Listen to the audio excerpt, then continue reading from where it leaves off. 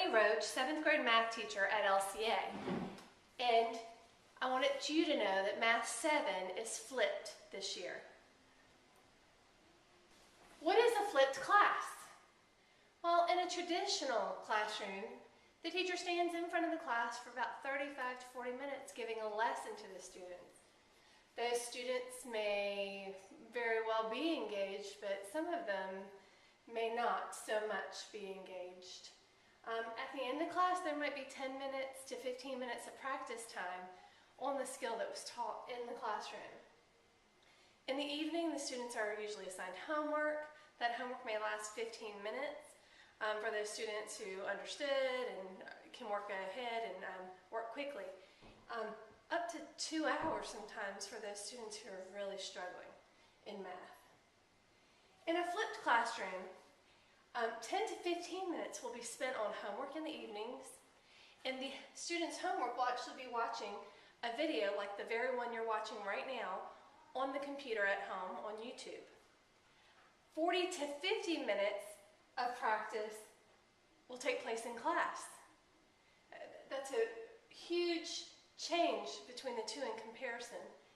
40 to 50 minutes of practice time in class.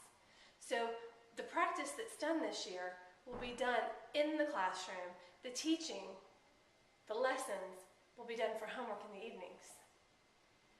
Some students will start out at that level 1 where they need help, they've been struggling, they've probably struggled in 6th grade and in 5th grade with math, and you expect that they might start out needing that extra assistance. Level 2, those are the students that they're getting it at a normal pace, middle group students. Level 3 would be those students who are moving a lot quicker ahead. They hear the lesson, they're like, oh, I've got this, that's easy, and they just work straight through it. So that's your level 3, your high level students who need a challenge. Why flip? Well, in a flipped classroom, there's natural differentiation. That low, middle, high group that I was just discussing with you, in the classroom, during that practice time, they're just going to naturally be able to work at their pace, at their level. I'm going to be able to challenge those higher level students during that class time. I'm going to be able to get over there with the students who are really struggling and work with them. And the middle level students, I'm going to be able to give them that extra practice that they need so that they get it down concretely. It's self-paced for students. Students can pause and play the video as many times as they need to.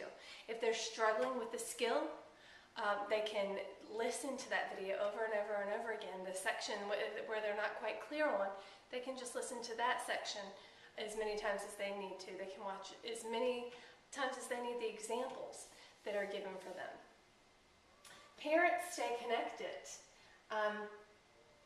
You will know what I'm teaching all the time because your child will be watching these videos at home. So you'll know what's going on in class. There's more time for practice in class with the teacher. Those kids will have that 50-minute time period, all for practice.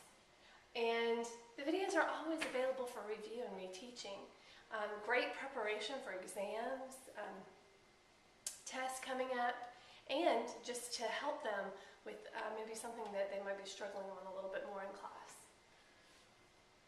Student responsibility. What is your child's responsibility in a flipped classroom? Well, your child must watch the videos.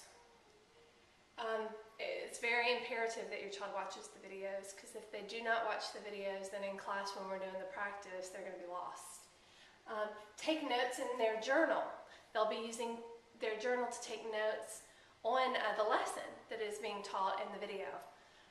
Answer questions and check problems. They're going to have to answer questions at the end of some of these videos. In the middle of some of these videos, I'll give them a time where I say, okay, I need you to pause it and practice and try these problems out. And so they'll pause the video and they'll try out the problems that were given.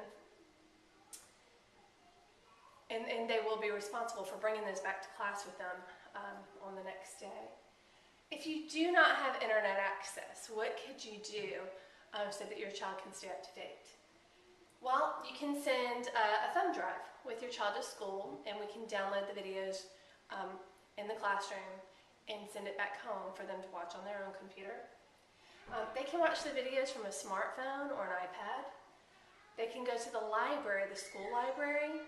They can go to a friend's house and go to the public library and use the computer to watch the videos.